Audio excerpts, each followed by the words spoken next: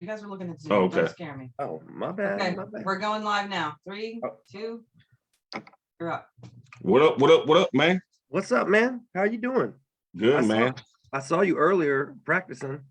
Boy, Hey, I'm rusty. yeah, that's all right. It's best ball tomorrow, so all we need is one good shot every time. Yeah. So I'm okay with that because I haven't played in 3 years. That's about me. I probably played about probably about 3 or 4 years. Yeah, okay, good. So we'll be out there hacking away together. Well, we got chopping down trees. Well, we got Alex and we got and my partner Joe. I think Joe pretty good, and Alex talked like he pretty good. So well, listen, as long as he can back it up a little bit. I'm dangerous. Now listen, I will say this. I'm pretty good with my driver and my putter, but everything in between is suspect. So we shall see. Yeah, I'm iffy on the driver. That's what I was practicing with, trying to get that driver right. But yeah, we'll see. Hey, just grip it. Why don't you tell everybody what you're actually doing tomorrow? Oh yeah, okay. Yeah, that might help.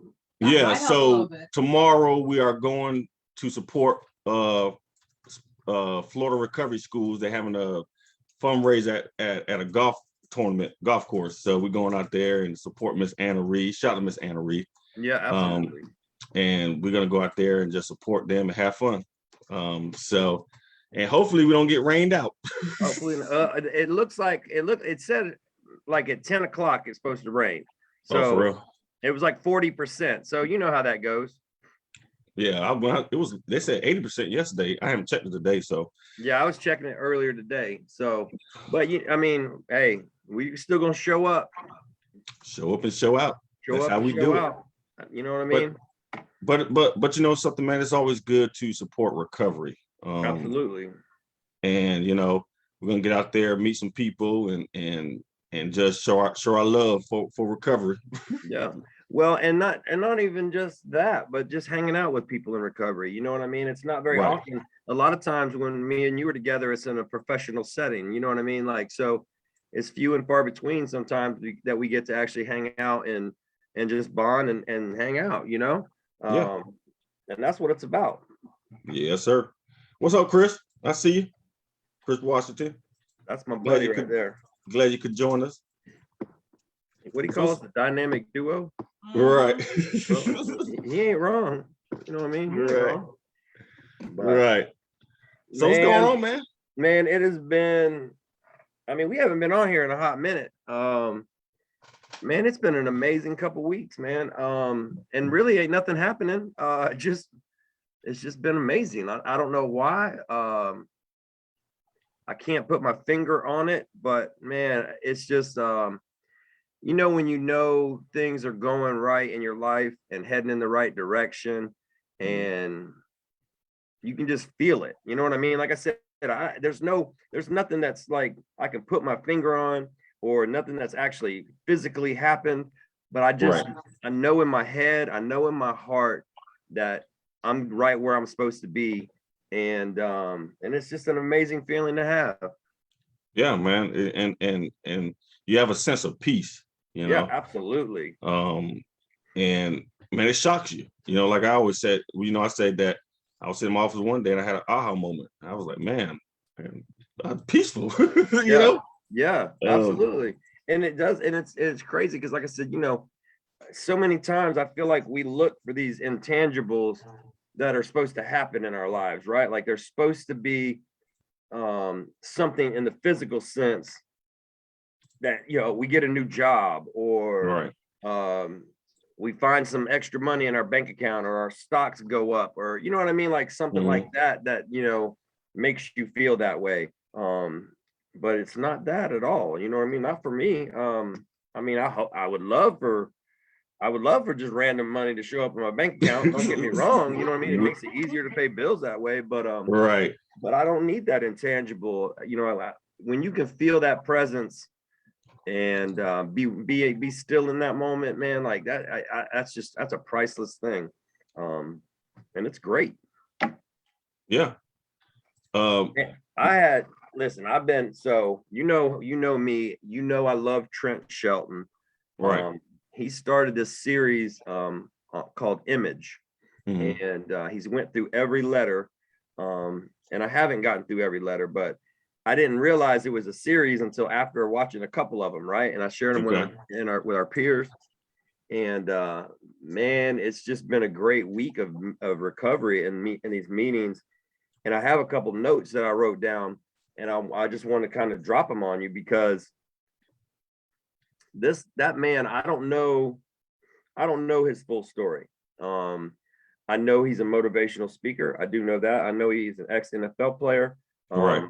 I think he got hurt, and he did have he is in recovery, because his Yeah. channel is called Rehab Time. And Yeah. I think that something happened with pain medication or something when he got out of the NFL. Yeah, it was But alcohol and pills. yeah, so man, he dropped some truth bombs. And the other night it was G. Like I said, I watched him out of order on accident. I didn't realize it was. And the one for G was about talking about your gut, you know what I mean, having that gut feeling. And it's kind of like what we were just talking about, that inner Right. peace, that you feel it in your body, and having the guts to do anything you want now, right? Having the ability to see something and be like, you know what, I'm going after that, right? And instead of setting a goal, you set a standard where I'm not going to just stop at a certain point. I'm just going to keep going, right? Right. He said something in that video that was so moving to me. And he said, fear can't survive where faith is present. Okay. And I was like, huh, like, I was like, I mean, I was right in the middle of the meeting, so I couldn't pause it or anything. But luckily he said it again, so I was able to write it down real quick. And after that, he was saying, you know, having faith in ourselves in whatever it is that we're doing will trump anything that you're scared of. And, you know, so many times in recovery, we have those moments where stuff from our past gets in the way of us trying to do different things, right? And stops us from like, oh, well, you know, I tried something like that before and I failed, or I made this leap of faith and it didn't work out like I wanted it to. Whatever it is, right? I tried to lose weight and I didn't succeed, or I didn't get the results I wanted. So you just give up, right? Or you're scared to try it again. Right. But if you have faith in yourself and you know that everything that you're doing in your daily life is for the better, well, what do we have to be afraid of? Right. Nothing. Right. Yeah, I like that. Fear, what is it again now? Fear can't survive where faith is present. Right. And go ahead. No, you go ahead. I want to hear what you have to say. And that is so true, because you know what? A recovery is doing the unknown. Right. Absolutely. Every day there's something different. And you gotta know it. You gotta know that you can do this. And I like what you said about the past, because that's what stops a lot of people is, you know, they get rejection from a job and they put a background, and people just they stop right there. And I think about me in my early recovery, that a lot of people told me no, you know, with this organization. Did I stop? No. And I have faith. I said, look, this gonna work. Sure. You know, and that is so true, because it is about faith. It is about taking that leap, and seeing what's out there, you know. Yeah, definitely. Right. Because, you know, it's for me, it's always been one of those things. Like, I've always been that guy that I go 120%, right? I give my all in everything I do. I've always had a work ethic, but I've always found a way to self-sabotage the things that I'm doing in my life. Right. Always figured out a way to implode, right? And then when I do, that's when I'm right back out there in the streets. I'm out there, you know, I'm out running again. And now, you know what I mean? Like, I will not allow those same mistakes that I made to creep back into my life. I have too much faith in myself, let alone in myself, that I don't have to live in that anymore. You know what I mean? Like, those failures before, they don't have to define me again. You know what I mean? Right, Because right, right. the confidence that I've built in myself. And he had such a staggering analogy about baseball, right? About a Mhm. baseball player. If you're a baseball player and you have a batting average of 300, Mhm. right? You're a really good baseball player, Oh, right? yeah. Like you might even be, you're in the upper echelon. You Right. could be Hall of Fame caliber. Yeah. But think about this. If you have a batting average of 300, that means out of 10 times at bat, you only hit the ball 3 times. Wow. You only hit the ball Right, right, 3 right. out of 10 times, and you're making millions of dollars doing that, right? Right. So he said that, and what he added to it was, you're going to have no's, you're going to have rejections, you're going to have setbacks, right? But you don't Right. let that stuff stand in the way of what you're wanting to do. You know what I mean? Right. It doesn't, just like you said, people telling you, oh no, that won't work, or no, you know, maybe that's not the right thing, whatever. If you would have sat and listened to them, Right. you might still be spraying a golf course. Yeah. You know what I mean? Yeah. Like, I mean, that's just we can't let no's dictate the rest of our life, right? We can't be Right. afraid to hear somebody tell us no, or hear somebody reject us, or whatever, right? We have to be bigger than that, and know that you got to get some no's to be able to get that yes. You know? Right.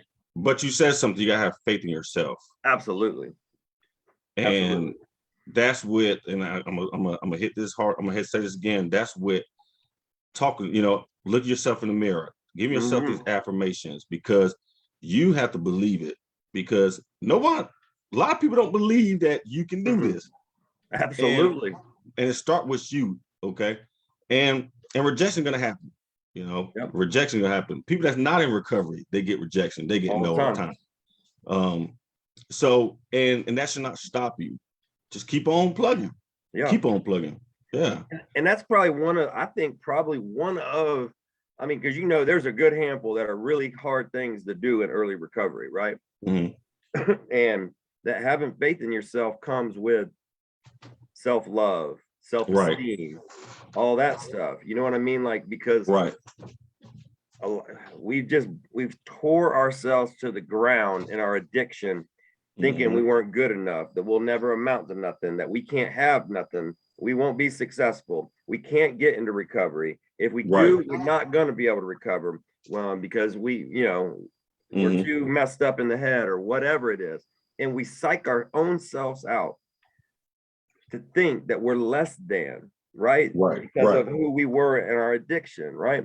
Yeah. And that's not the case. I told our peers in the meeting, I said, you guys, you want to talk about having guts? Mhm. I understand when you're sitting in a jail cell, or in a jail period, and someone comes to you about probation, drug court, right? Yeah. Your first thought is, well, shoot, I can get out of jail, right? Right. Yeah. Let's be honest. That's the initial Right. thought. I don't have to be here any longer. But then when it comes to showing up at that courthouse for drug court and reading all the stuff that you're about to have to go through, right? Right. And this life-changing experience that you're about to embark on, right? You have to sign that paper. That takes guts, right? Yeah. It takes guts, and it takes that little bit of what you think you might be lacking in self-doubt or whatever. It takes it and it flips it around just that little bit, that you have to feel confident that you're going to be able to meet those obligations. Right. So don't stop at that, right? Don't let that, if you can do that, make that initial first step, that first, right off the edge, right? And sign up for drug court. And this is anything in life, but I'm just using drug court because of our peers, right? Right. That can starts on a path, right? And you're the only one that's going to get in the way of it. You're the only one. And if you're not willing, you know what I mean, to keep on going with it, then yeah, you can end up in trouble, but you don't have to. You know what I mean? You just have to show up and show out. You know what I mean? And show up for yourself. And it becomes easier. It was hard for me. It was let me rephrase that, right? It was easy for me to show up to Zoom meetings, because I just, you know what I mean? It was just something I felt with me and you and our first meeting together. Like I just felt right at home, right? But I still, once I turned that camera off, I still had to do a lot of work, right? I had to do Right. internal work that if I would have, the old me, right, would have just been like, man, I know all the things to say because I did it before drug court. I know all the right things to say. I know how to carry myself, and I can just kind of breeze through this, right? Right. That didn't happen. There was a switch that I just felt different. I felt there was so much more that I could have in my life and do in my life if I just started to kind of look myself in the mirror, right? And Right. just instead of just kind of glancing at them, you know what I mean, getting out of shot, I just need to stare at them for a while and figure out what in the world is going on, right? Like what do I need to do? Yeah. And it was hard. It was really hard. But once I started to figure it out on the things that I needed in my life to help me be better the next day, it just gets a little bit easier and a little bit easier every day. And now I'm not like at a perfect place now by any means, right? There's still so much more that I want and need to do, but I'm at a lot better place than where I was then. And that's good for me. But the thing is that I see a lot of people, some people that's doing the drug court, they don't believe they can do it. Yeah. And they fight against the grain because they don't believe and I love when newcomers come over there. I gotta do all this. I gotta get a job. I gotta call the color line. And I'm like, okay. Yeah. And then about a couple months later, they doing it and don't even realize they're doing it. Yeah. And it becomes automatic. Yeah. And that's the same thing with our recovery is, sometimes we make this thing hard. We make sometimes. it hard. What do you mean sometimes? Right. 8 out of 10 times. We got the best batting average at making it hard. Right. Right. You got some comments in there too. Oh yeah, we got some comments. Chris Washington said, I've been waiting on this these live casts and glad y'all here. Y'all back on. Appreciate it, Chris. Larissa said, hey, great topic. Hey, Larissa. Chris said that was me, Phil, when you were talking about the drug court. Yeah. And look at me now. Yeah, you're doing good, Chris. Chris said drug court saved my life. Larissa said drug court saved her life too. And that is so true. I always say that's a way someone can get to recovery. Yeah, absolutely. And it's a great, and it sounds as messed up as it sounds, right? I can say it because I've graduated from it now, right? But man, what a messed up way, you know what I mean? Because at the beginning, that's not what I was thinking. I was like, man, what? Like, I got to do all this again? Like, really? Now I got to pay for it? Like, I got, because I was in expansion the first time, so it was all funded, right? So it was really not as much out of pocket. But man, it has changed my life, right? Yeah. I mean, it really. I cannot. And now, because now the things that I'm doing in my recovery now, I've developed relationships outside of drug court with some of those drug court staff, right? Like, what a weird turn of events, right? That now all of a sudden, now that I'm not in there, like I can have not, I don't want to say relationship, but a conversation. And they're happy to see me, and they're, what I mean, like it's an amazing feeling. It really is, and it's easy to keep going, right? Right. And that's that was the next thing I want to talk about. Like I freaking love talking to you because I swear things you fired up. I swear they just segue right into the. Right. I literally I got it written down, right? So I'm not lying. Right. So the next thing was having authenticity, right?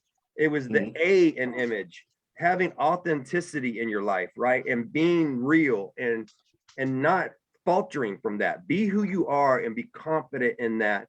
Right. And if other people don't meet that standard that you set for yourself, they might not be the best in your life, right? They might want to ride that elevator to the top while you're going, Right. but they weren't there holding the ladders while you were building bricks for the elevator. Right. You know what I Right. mean?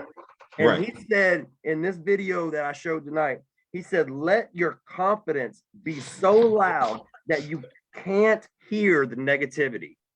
Oh, wow. Let I your like that. confidence be so loud you can't hear the negativity anymore.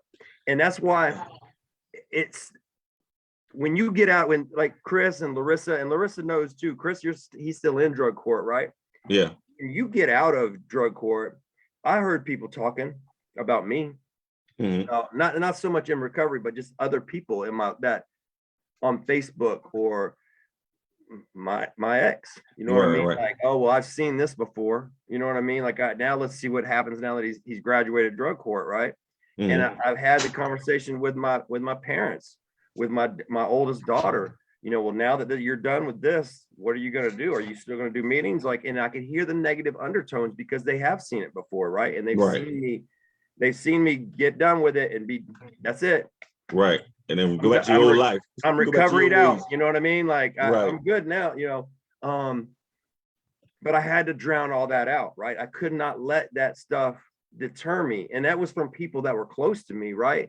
And I don't think it was ever meant to be negative, but that's how I took it, right? Right. That's how the addict on my shoulder, that's how he hears it, right? Like, oh, the negative, oh, I'll show them, you know what I mean? Like, that's what happens, right? But I was just like, you know what? No, I'm just going to keep doing the exact same thing I'm doing without the accountability of drug court and just show up and show them, you know what I mean? But you said something there. You said you weren't trying to show other people. Yeah. And so that's how a lot of people, you know, me, myself, I'm gonna show this person. You count me out, I'm gonna go ahead and I'm gonna, you know, come see me, you know? Yeah, absolutely. But you're doing it for the wrong reasons. Right. You're doing it for the wrong reason. And that's not having confidence in yourself. That's just saying, hey, look at me. You know? Absolutely. That's the ego. That's the right, ego right. And that's why we talked about it before on here about, so if you're in the arena, right, we're in the arena of recovery and we're doing our thing. And if you have those negative naysayers, you don't even need to acknowledge them, but give them a front row seat, right? Grab a popcorn. Get them some popcorn and a drink and just let them watch. Let them watch. That's all they need to do. You know what I mean? Like, you don't even have to feed into any of that anymore, because the more that you stay in recovery or anything in life, right? Anything that you're doing, the longer that you stay working at it and grinding, your confidence will keep building and building. Right. So it doesn't matter what, at some point it's going to get to the point where it doesn't matter what anybody says around you, right? Because you're just not going to hear it. You're so confident, and not in it. And I don't mean confident in a cocky way or in an egotistical way. I mean, just really, truly believing in yourself and your abilities and the knowledge you have, all of that, right? That self-love, that 100%. I know what I'm about. I'm going to be authentic and true to who I am and who I want to be. And I'm not going to falter. I'm not going to let anybody else's opinion matter, because people aren't going to agree with us, right? Because I was talking about it in the meeting tonight after we watched it. I said, we're doing a dang recovery on the square in downtown Ocala, out in the open with 4 or 5 bars all around us, and we don't care. My authenticity in my recovery, I want to be there, and I want those people to hear what's going on. You know what I mean? Because that's true to me. That's true to who I am right now, this very moment. And I don't care who hears it, and I don't care if they have a different opinion. I don't care if they think that I shouldn't be doing. That's them. That's not my problem. Right. And the thing is too, I was talking to someone about this. The guy was telling me that he was going to a meeting. I can say where he's going to meetings at, but he missed one, and he came back, and somebody was getting on him, saying, "Man, you missed a meeting. This, and it kind of he kind of got discouraged." And I said, "Man, don't worry about that." And I want to say that for a reason, because people in recovery make it hard for a lot of people. Make it harder. Make it harder on each other. Yeah, we got to stop that. You know. Yeah. Because I mean, you know what that is. I know what it is too. You know what I mean? Like, because people people's perception of the things that are happening in others' lives, it can be ridiculous, right? And oh my gosh, I just had an epiphany, like a come to Jesus moment, because I literally last night I was telling you about it, the Netflix Brene Brown special, and she talked about that exact same thing, right? That you get into a mind frame of like, oh, this is what's happening, right? Trying to figure out what somebody else is thinking or doing, and you make this perception that what they're doing is what you're thinking they're doing is what they're actually doing, and it's usually never the case, right? So when it comes to recovery, right, if I don't show up for a week on these meetings, I know what people think. I already know. I already know what's gonna. Oh, Phil fell off. Phil fell off. Phil must have relapsed. We haven't seen it, right? Right. Well, you don't know that. Like, why would that be your first thought? Maybe I'm on vacation. Maybe on vacation, right? Maybe I have a kid that's sick and needs my attention, right? Why do we always? And I say we because I just mean the recovery community, right? People in recovery go to the worst possible whatever it is they're thinking, the worst thing first, right? Yeah. And they will assume about everything. I don't get it. Just pick up the phone and call me if you want to know. I'll tell you where I'm at. But don't go there. I was getting ready to say, and then now they're gonna check your mug. They're gonna check mug shots to see if you on there. Yeah. And we got to, but they're not calling the hospital to see if you're there. Right. But they're gonna check mug shots to see if you're. I mean, I get it. Right. But you and I was sitting there thinking while you was talking that, you're gonna have haters. Haters gonna be there, but you gotta have that confidence and block them out. Yeah. Everybody don't like some stuff I do. Right. And if I sit there and dwell on that, then nothing will get accomplished. Yeah, absolutely.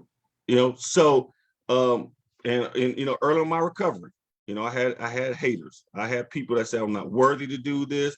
It was discouraging, but it was a lot of affirmations, a lot of them. And two, building that recovery capital. Yeah. Oh, listen, and it's internal. Right.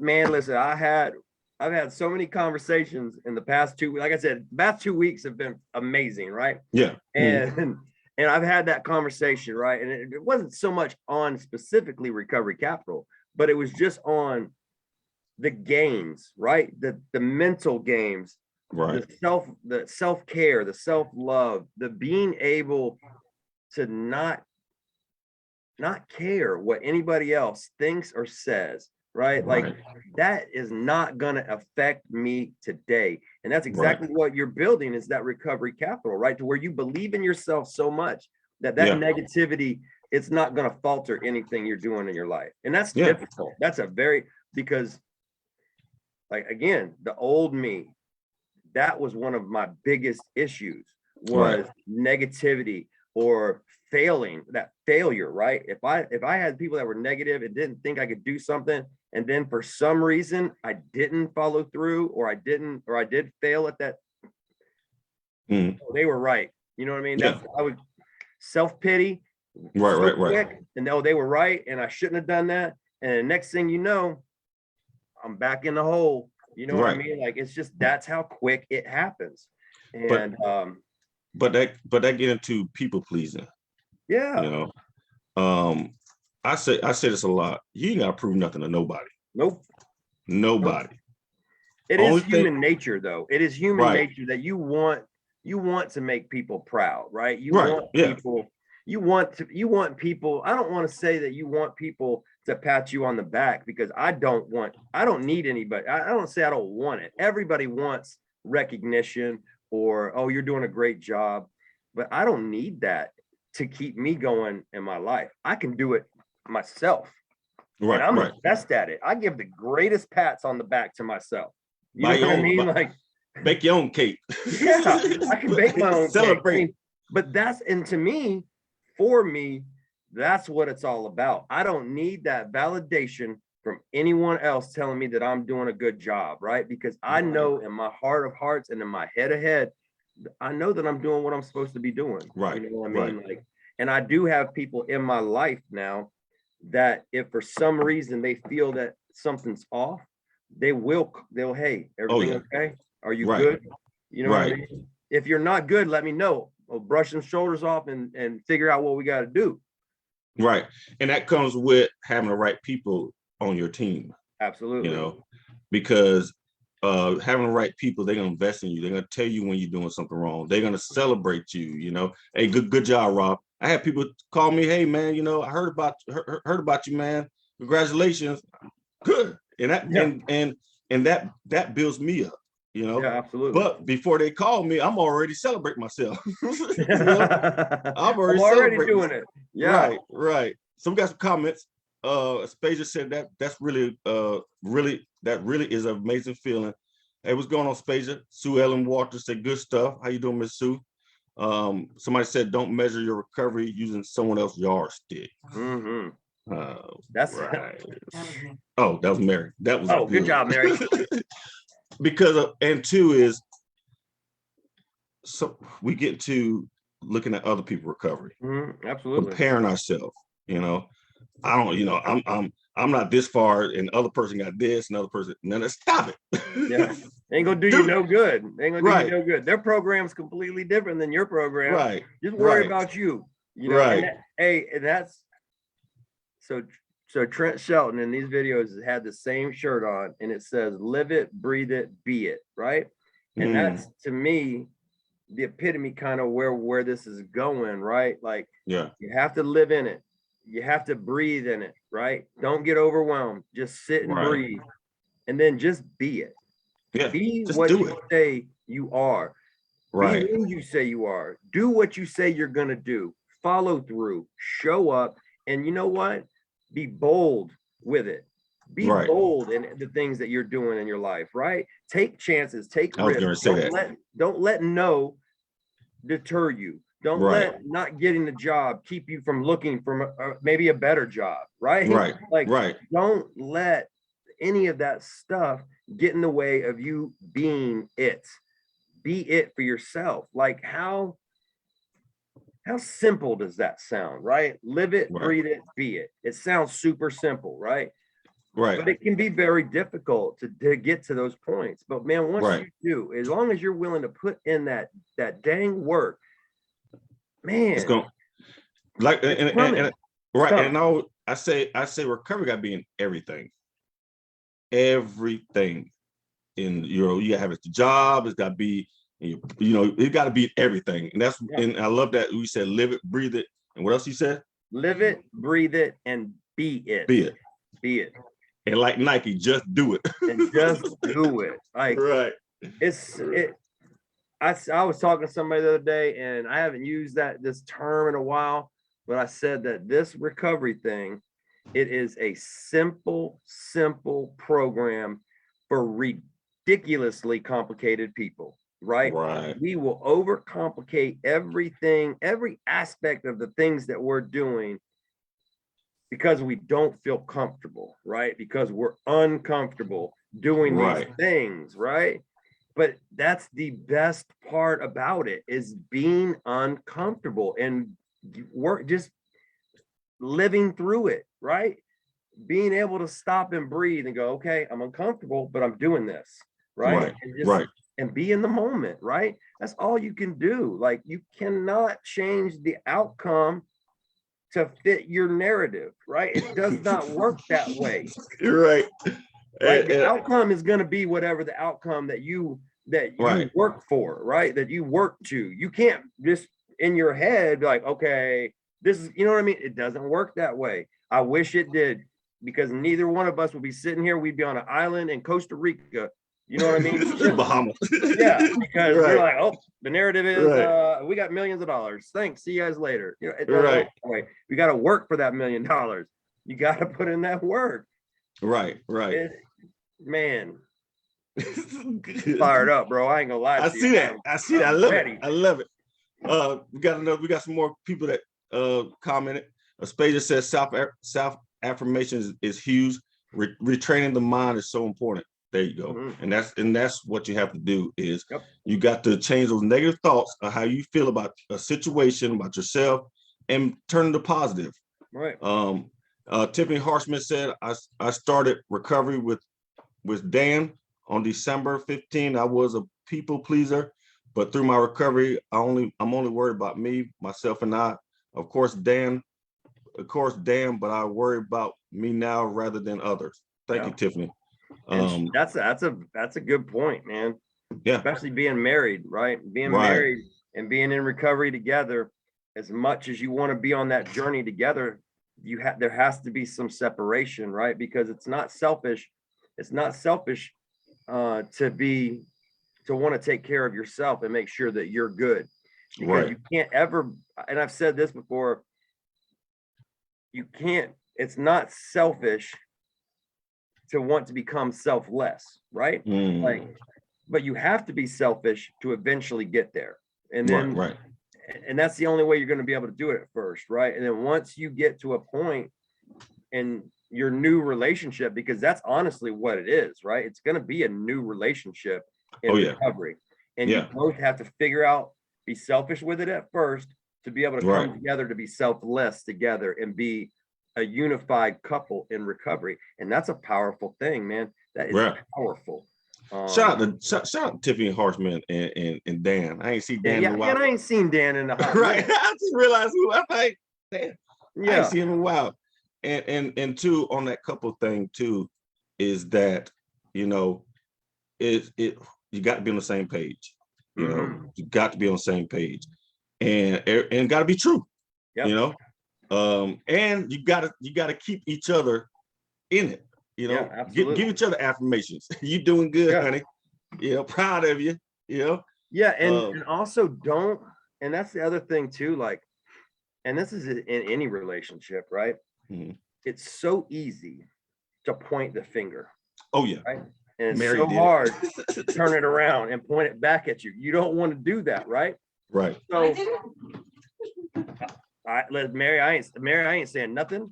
I'm not agreeing with anybody. Right. What I'm saying is, most relationships, when you're in a relationship with somebody, it's so easy to jump to, well, you did this, well, you did that, right? You did this. That's why I'm acting how I'm acting, right?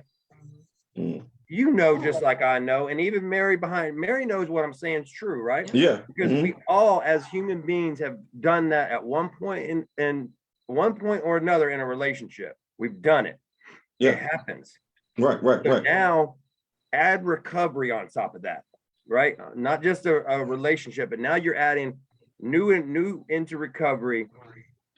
And one's program is progressing a little quicker than the others. Right. Yeah. And that is the worst place that you can go with somebody that's new in recovery, or it just in general, right? Well, remember when you did this, or you know what I mean? Like, that there's no way you can have a healthy relationship, right, long lasting, in recovery, and be picking and poking at each other about what happened in the past. All that stuff has to stay in the past, and that's hard to do. That is a hard thing to do, because as human beings, boy, in a relationship, when you get into a fight, and if he says something wrong or he says something wrong, it's so quick to try to throw something in, right. And some people are real bad, and they'll like hold things back. Like, you might have said something to Mary 2 months ago, and I'm just using an analogy, Mary. You might have said something or did something 2 months ago, and Mary's got that thing right in her back pocket, waiting for you to say something slick, right? Just waiting for the opportunity to be like, remember when you said this? You know, I would never do that. Right back. We do it. Like, it's human nature. Right. It's like a one-up thing. So in recovery, you can't do it. But like you said, it's a one-up thing, and that's what a lot of people try to do, is one up the other person, and Absolutely. It doesn't work that way. I'm gonna say it again, just do it. Just do it. Just do it and be one with each other. Right. You know what I mean? Like, and it's easy for me to sit here and talk to people I'm not married, right? I'm not in a relationship. But I have been in, and I know, and I can speak on that stuff because I did it, right? I was really bad at it. Like, Mhm. and the reason why I was really bad at it is because I was doing really bad stuff behind her Right. back. You know what I mean? I was in active addiction and hiding it. And you know what I mean? Like, so it was easy for me to jump to that manipulative behavior of, oh, well, this is what you do wrong all the time, you know, and it's narcissistic too. It's a whole different side when you're trying to cover up what you're actually doing, you know. Trying to be sneaky. Trying to be sneaky, you know what I mean? I'm gonna make you feel bad about what I'm doing. Right. You know, and that's one of the things that I can honestly say about my last marriage, that I really regret a lot of the things that I did, because that's what it was. It was undermining, sneaky, manipulative. Do I think that if those things wouldn't have happened, do I think the outcome would have been different? I don't know, right? I don't, and I never will know. But it might have prolonged it a little longer. But now, after not being together for so long, and both of us being happy and on different journeys in our life, I mean, I feel like, you know, it was eventually, it would have happened anyways. But man, yeah, it's tough. Like I said, it's easy for me to just sit here and be able to say those things, because I don't have that significant other that I do that with. But if and when that opportunity arises, I won't be that guy. You know what I mean? Like, I just know, you know what I mean? I know now. And it's a mutual respect and understanding. And it's hard, even not just even as a couple, right? Just even friends or any relationships you have to be able to have that common ground where you have each other's back no matter what, right? And you're not going to use the past to try to dictate the future. And that's what is happening. You know what I mean? You try to use the past to dictate how this fight's going to turn out, and I'm going to be the winner. You know what I mean? Like, it doesn't work that way. It never ends well. And I'm gonna throw this out. Do you think that you need to have boundaries if you're a couple that's doing recovery, or absolutely? Absolutely. I mean, because there's going to be things that, because like I said before, even if you're doing it as a couple, one might progress differently than the other, right? So you have to be prepared, because you never know what could happen, right? I mean, just because you're a couple or you're married and you're in recovery together, that doesn't mean, because we all know, I mean, relapse can be part of our recovery story as well. And if something happens, you have to be prepared for the worst, right? You can't just think that it's going to be all unicorns and rainbows, because you got 30, 60, 90 days in, because you never know what might happen, right? And you never know what might trigger. We never know what tomorrow's going to bring either. You know what I mean? So you have to have some boundaries to protect yourself, to where if something does happen, it doesn't have to happen to both of you. And I know that might sound kind of messed up, right? And I'm not saying to let them fall or let them relapse or anything like that. But if it happens behind your back and you don't know it, there's not much you can do about it except be prepared for that. You know, at least mentally have that thought in your head, because that's where you're going to set that boundary at. You're not going to come out and say, okay, so if you relapse, this is what, you know what I mean? Like, there's no way you could say that to your spouse. No way. But mentally, you can do that. I like what Larissa said. You have to have great communication, know each other triggers, and help each other cope with them and have boundaries. I didn't think about knowing each other triggers. And that comes with having honesty with each other. That comes with communicating, sitting down and saying, hey, money triggers me. Yeah. You know? Well, did you see what she said before that? Because I didn't know that. I mean, what she said, me and my husband got clean together, but we stayed away from each other for a year to get ourselves straight and work on ourselves, and knew we were strong enough before we got married. And that's powerful, right? That is a level of commitment and love to one another, to each other, and to ourselves at the same time. that you Yeah. can do that, because I think that's where a lot of problems come in, is people feel like, oh, I can't do this if you're not right here next to me, right? Right. And sometimes that can be more toxic than it can be anything else, right? Because you're constantly pulling each other down. Yeah. I call that codependency on Yeah, on that each other. codependency Right. stuff. Yeah. I Right. mean, that's amazing. I didn't know that. I mean, I thank you, Larissa, for sharing that. I would have never even thought that. Because I think of my own self, you know, me and Mary, you know, we waited what, a whole year before, you know, when I got early recovery, I waited a whole year and I was working on myself. Yeah. And as soon as I got in early recovery, about 2 years, my recovery got married, right? Yeah. Yeah, 2 years I in my was wondering recovery. what you meant. Waited for what? She's like, what? No, but you were.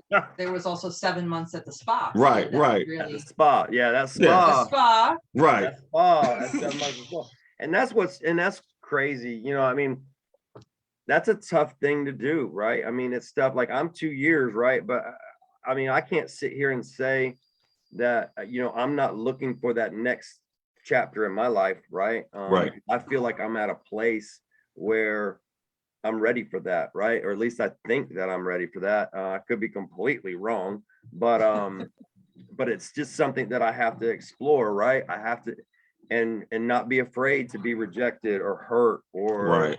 things not work out. Like I won't let that, because that would, you know, in past, that would probably do a lot of damage to me. You know what I mean? That feeling of not being good enough. Right. But, you know, it's such a thing, like, and it's crazy too, because like for me, I don't really go anywhere. I'm not Mhm. out and about, right? Right. So where am I going to meet somebody? Yeah. Right? Most likely I'm going to meet somebody in recovery. I'm going to meet somebody in, you know what I mean? And that's really, honestly, that's where I would want to meet somebody, because I want to meet Right. somebody that's on my level, right? Same page. Yeah. Yeah. Same mindset, I want the same thing out of life. You know what I mean? Like, and that's a dangerous place to be, right? Because as much as you might get to know somebody, Right. you might not know everything, right? I was going to, yes. You might not, there might be some of those secrets that aren't being completely told. Right. And you have to be cautious. You know what I mean? Like, you just have to really be cautious. Right. And I'm prepared for that. Like, but it's kind of one of those deals, you know, like. But the thing is too, Phil, and I tell people, know what you want. Mhm. Know what you want in someone, because you won't settle for less. Anything less. Yep, absolutely. Don't just jump at the first thing that show you some love. You Yeah, know? absolutely not. Absolutely not. Oh, see, and that's kind of that, and it's funny that you said that, like, because in the past, not even in addiction, right? At least not at that time. The first thing that came my way when I got out of prison, I married. Literally. Same. First I kissed outside of my mama and my daughter out of prison, I ended Right. up married. And now, granted, we had a 10-year run. We have 2 beautiful children. But I wasn't ready fresh out of prison for a relationship like that. Not to Right. mention, add into that the kind of partying. We lived in Gainesville, college town. We were partying. Drugs came into the picture. You know what I mean? Like, I was in no way, shape, or form should I have ever proposed, gotten married. Listen, I won't tell you the wedding story on here, but if I tell you about the wedding day, Rob, you're gonna be Right. like, what? How did you even make it down the aisle? Right? Right. I'm serious, bro. Right. And I mean, I never should have been in that situation, right? I just really shouldn't have. But I was, and I'm here now, right? But everything that I learned from that relationship, I have to do the complete opposite of that now. Right. Because Right. I know who the problem was in that relationship. Not to say that she was perfect by any means, but I was the number one contributing factor to the issues in that relationship. Yeah. So now moving forward, I know what I want, and I know what I don't want to say what I expect from somebody, because I think that can be misconstrued, right? Yeah. I know what I want in a partner. and I want them to want the things that I want, right? And it doesn't have to be everything, but there are a lot of things that I have built now up in my life. The honesty, the communication, the authenticity, the all these different things that used to be my downfall that I've worked hard to gain back, and the trust that I have in people. You have to meet a lot of those standards, you know what I mean? Like, because I will not settle. I won't settle. And I don't think it's fair. It's not fair to me or the other person for me. But when you read my mind, I was going to say that, you know, it's not fair to the other person. Bring your baggage, you ain't ready, and it's not fair. Yeah. And then you get mad at the other person. Yeah, you know? And their resentment gets built. Right. That's like now. Right. If you want a child, I am not your guy. That's number one. If you want any more children, nope. Yeah. We don't even need to talk anymore. We can be friends. No. We can be friends, but that's about it. But yeah, absolutely. You know what I mean? Like, and we are, as human beings, we are selfish people, right? Oh yeah. We are some of the most selfish, self-centered people on the planet, right? Well, in the universe, whatever, right? And it's difficult sometimes to get over that, because being selfish, you think, oh, well, I want this person to be this and do this, and you know what I mean? This is what I want. And it doesn't, that's not how it works, right?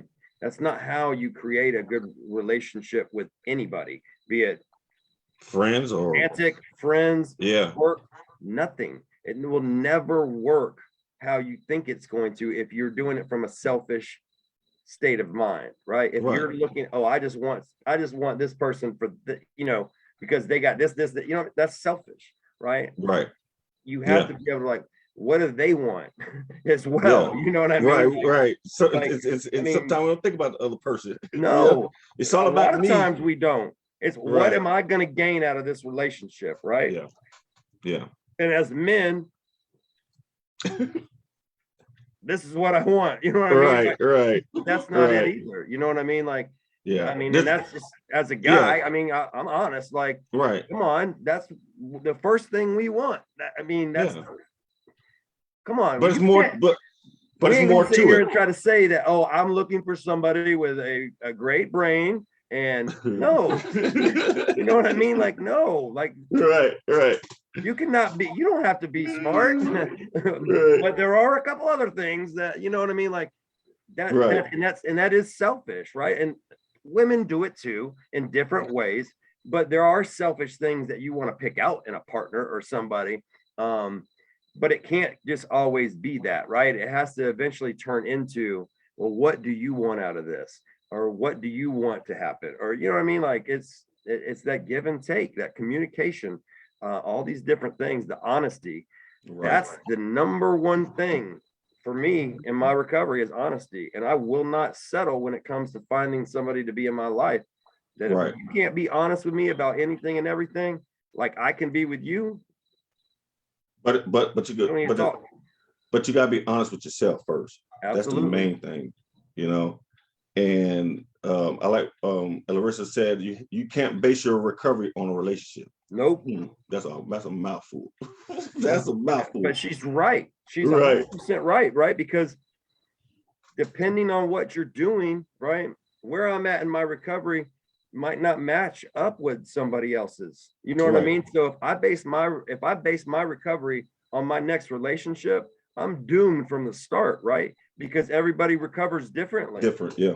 You know what I mean? Like, so I can't project my recovery onto my relationship and be like, because and it's so funny that she said that, right? Because there was somebody and they're like, oh yeah, I'm clean and sober, right? And I was a week into it, I was like, damn, I'm thinking to myself, where do you go to meetings at? Right? Yeah. So finally, you know me, honest Phil, I just asked, do you go to meetings? You say you're in recovery. You're in like you know, well, no, I don't really do that. Oh, okay. You know, didn't even give it a chance. Right. Because I projected my recovery onto it. Right. Yeah. I projected what I'm doing and expected the same in return. And that's not, and that wasn't fair to that person at all. You know what I mean? Like, I mean, there was some other things too, but like, just thinking about it, because she said that, it made a light bulb go off, right? Because it's not going to always be that way. Like, it can't be. Right. And that's a problem. I know we're talking about relationships, but in recovery in general, we expect people to do it like us. Like us. Yeah. Checking that inventory. Right. Don't worry about mine. Let me check yours right. though. Let me see what you got going on. Right. Right. Chris Washington said, know your worth. Yes. And never settle for less. Never. Never. And that Rob in itself, what he said, that never settle for less, that gets people in trouble. Right. Because we all want to be loved. We all want to be accepted. And sometimes if you haven't felt those feelings in a while, you yearn for it, right? Like, you just need it. And you're willing to let your boundaries go. You let your guard down. Yeah. Just for attention, right? Just get a dog. Don't settle. Go buy a dog. Get a cat. You know what I mean? Get a cat that will just love on you until you find that right one, right? I mean, we laugh about it, but it's true. Right. Man, if you think about that for a second, right? All these people that settled and gotten these toxic relationships, right? If they would have just bought a dog or went to the Humane Society and adopted a dog, man, they might be in a better place right now. You know what I mean? Like, not going through a divorce or what. It's crazy. It sounds crazy, but it makes a lot of sense.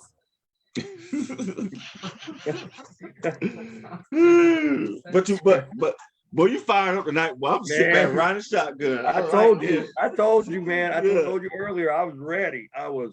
I've been writing notes. Right. What's on your list? We gotta have stuff. We gotta have stuff to talk about next week too. I couldn't get all into it.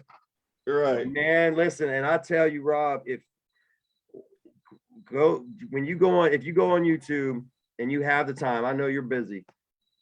Watch those Trent Shelton videos on Image. Yeah, we'll check them out. Like I said, he does IMAG. He's doing all of them, and I haven't even watched them all yet. I think I still have E and I. But man, it's a powerful message, and everything works.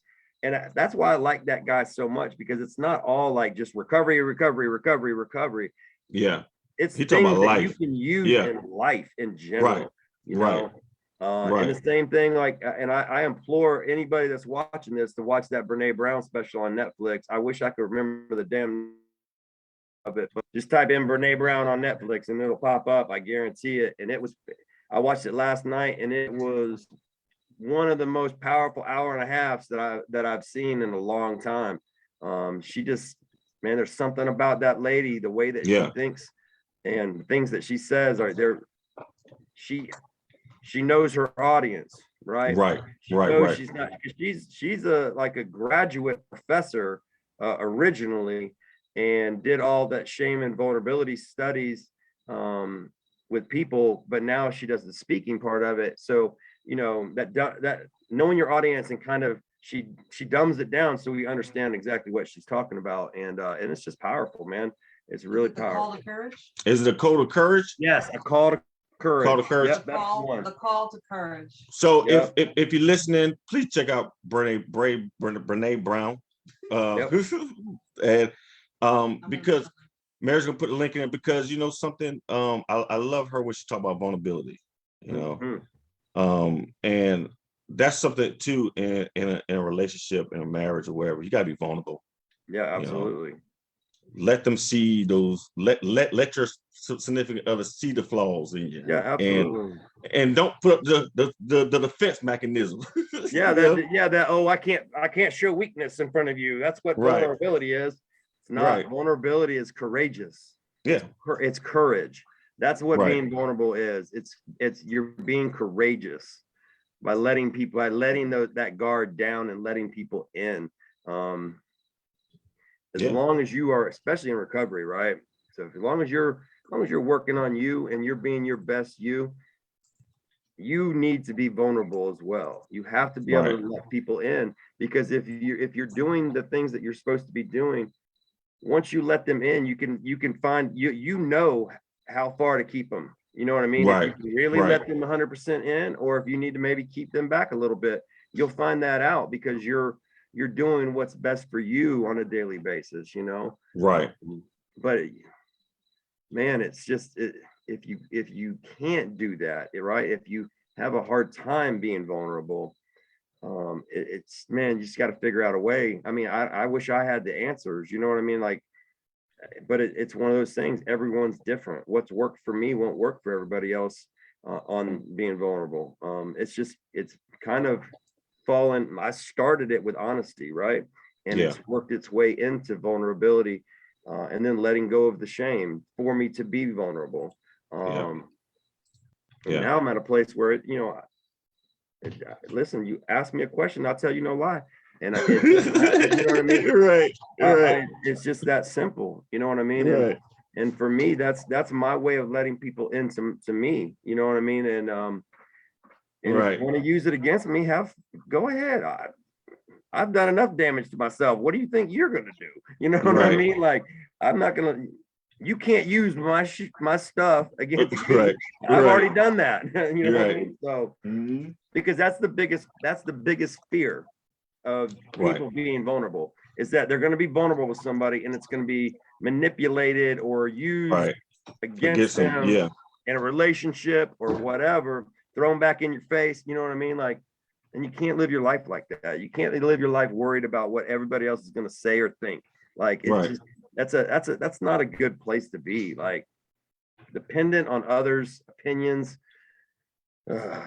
Now, if it's a fact, it's a fact, Jack. Right. But if it's an opinion, boy, you can keep that. I don't want no opinions. Right. And you know something, you're gonna make mistakes.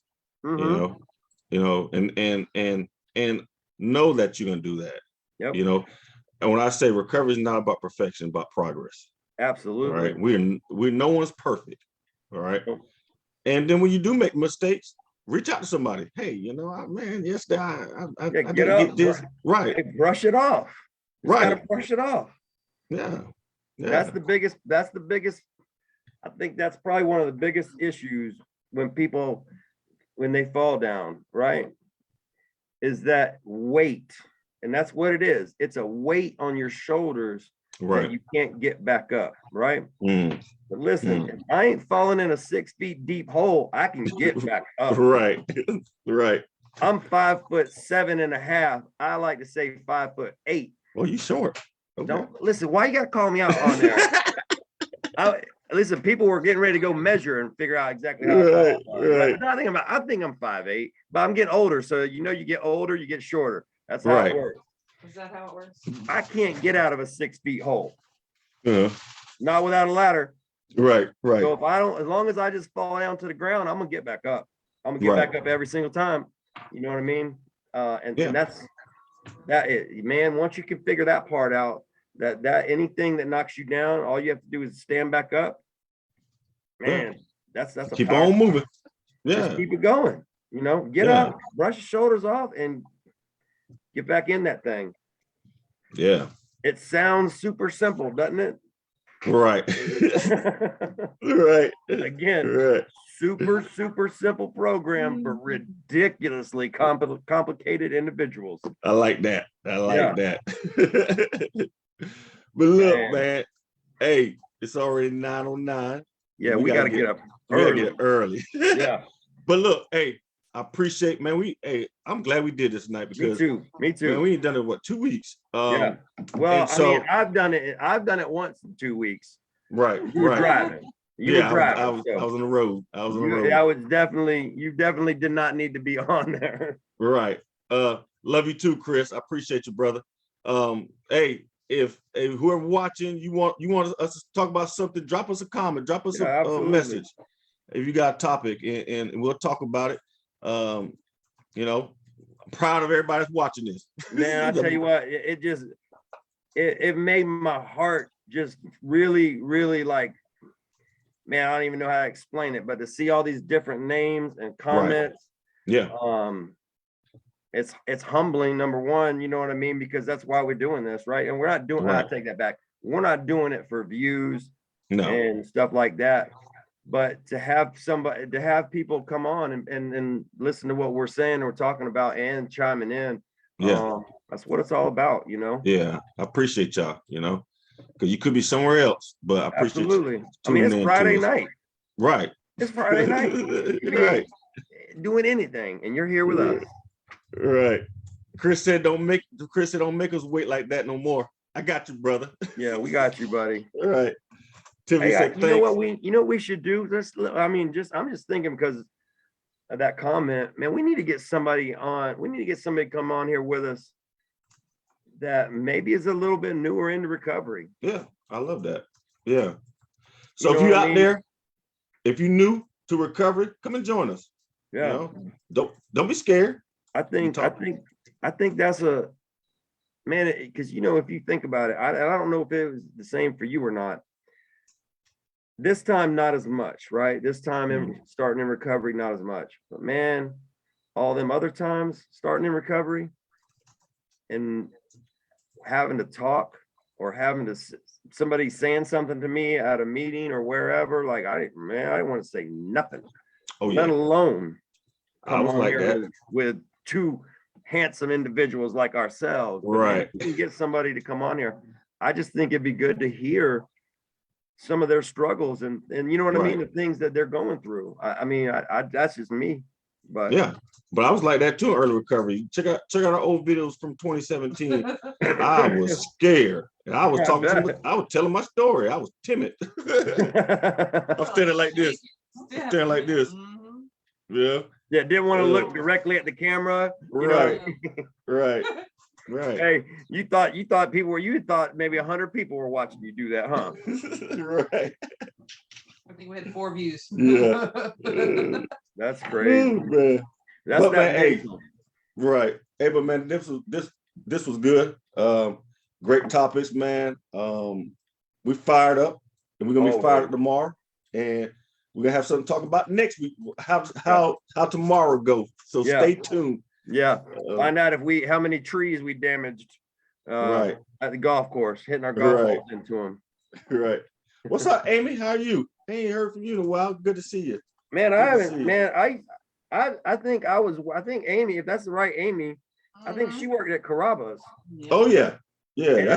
I think she was there. I think I had just started when she left Carrabba's.